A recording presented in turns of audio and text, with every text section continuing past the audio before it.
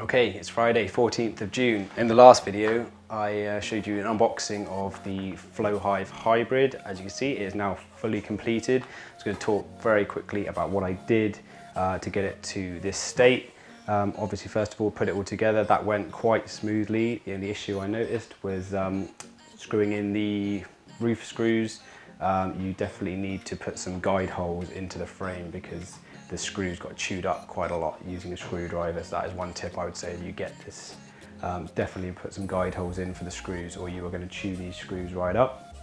After that, I put 3 layers of Danish oil. This is just from Wilkinson's, which is a shop in the UK. Danish oil is good for preserving wood which is exposed to the outdoors. This has only been put on the outside of the hive, on the brood box and the super, as well as the baseboard and crown board, just on the outside. There's no need to put any of this on the inside of the hive because that can affect the bees. They're not going to want to be breathing in the oil fumes when they're doing their work. So it's just the outside, 3 layers, leaving about 2 hours between each layer. So three applications of that. After that, on the roof, all I did was I got a tester pot of outdoor paint, which I like the color of. This was only about £1.50 and that was able to do about 3 layers of paint on the roof. So that's a nice thick coating of paint. After that, I know there's sort of mixed opinions about varnishing a beehive, but just on the roof, so the very top, I just put varnish on the very top of the roof. So that again was 3 layers of varnish on top. That should help with weatherproofing. We get a lot of rain in the UK, so I want it not to let any rain inside the hive and I want the wood to last as long as possible. So today I picked up the nuke. So I got a Langstroth Nucleus, which I ordered from, what was it called? Payne's Bees, which is in West Sussex in the UK. Is a 6-frame Nucleus, which has arrived just on time. They kept me updated with it. Picked it up, it was about an hour away. On the way back in the car, a couple of the bees managed to get out. They managed to get out through the entrance, which has a little rotating entrance to it, which I'll show you in a minute. One was able to get out during transit, but it was only one bee who was able to escape. He didn't cause any problems. He stayed in the back like a good passenger, so that was all good. So today I'm going to install the Nucleus, which I'll have cameras set up for in a moment. I'm only going to be putting that into the brood box, the bottom box. The super is not going to be going on today, not with the flow frames inside anyway, but I am going to put it on just to house a feeder which is going to be put inside. I'll quickly show you that now just so you can see it.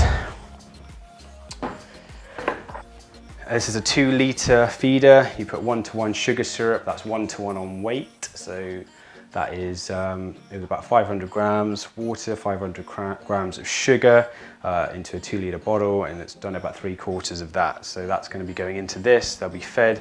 They can get in through the bottom and they can drink the syrup inside and they can use it, and it should encourage them to build out the remaining frames.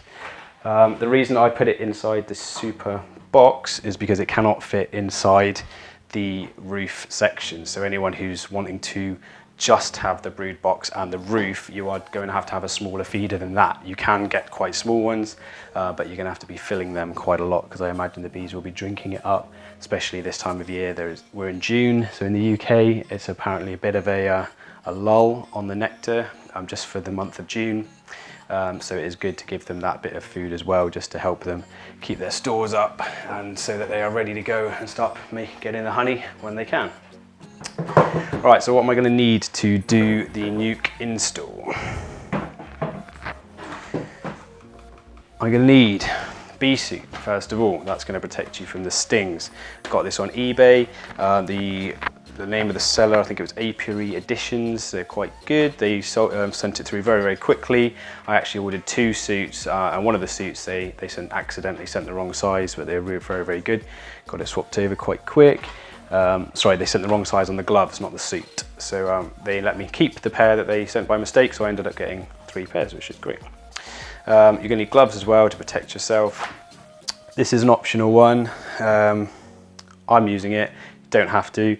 It's a frame grabber. Just because I'm going to be filming, I'm probably going to only have one hand sometimes, and to use a frame grabber, it's a lot easier to grab the frame, pick it up, inspect it, and it keeps your other hand free to do whatever else you need to. So whether that's using the cameras or whatever else I might need, grabbing the smoker, it's good to have that hand free.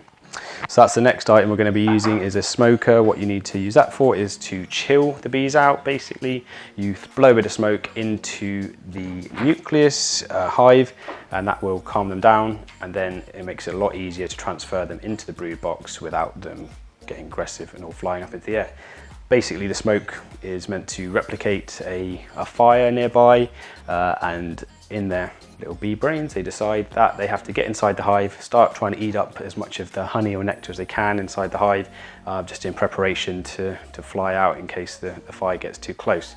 So if they're getting the smoke, it will encourage them to just stay inside the brood box and not all fly up into the air and be defensive of the hive, which is the idea anyway. The other theory is that the smoke affects their antennae a little bit, so they can't sense alarm pheromones and sting pheromones from other bees, so it shouldn't trigger like an attack response from the swarm, which is good. The next thing I'll need potentially is the hive tool. That's because the frames themselves can be stuck inside the nucleus because they've been in there for a few days. They could have put some propolis in there and some wax just to ease the frames out and make the transfer a lot quicker. So I think that's everything. I'll do a few little pans of the hive just so you can see sort of a 360 of it. But yeah, any questions about any of the equipment that I'm using, give me a comment and I'll try and do my best to answer them. And yeah, there'll be some more videos, and just stay tuned.